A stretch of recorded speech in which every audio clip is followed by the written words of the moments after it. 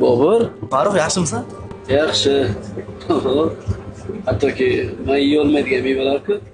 Kimga buncha xushomad? Yo'q, ota-onamga. Bir sharoitni tiklab, keyin olib bermaydilarmi? Sharoitim bo'lgandan keyin ota-onam bo'lmasa-chi?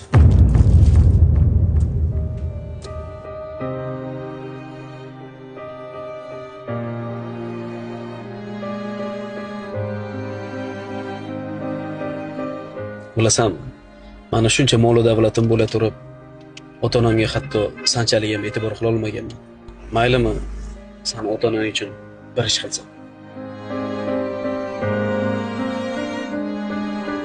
Sharoitimni yaxshilab olay. Keyin esa ota-onam uchun hammasini qilib beraman deb ulgura olmay qolgan narsalarim juda ham ko'p. Bu esa men uchun achchiq pushaymon. Qancha mol davlatim bor, lekin ota-onam yo'q. Mana bitta armonim bor.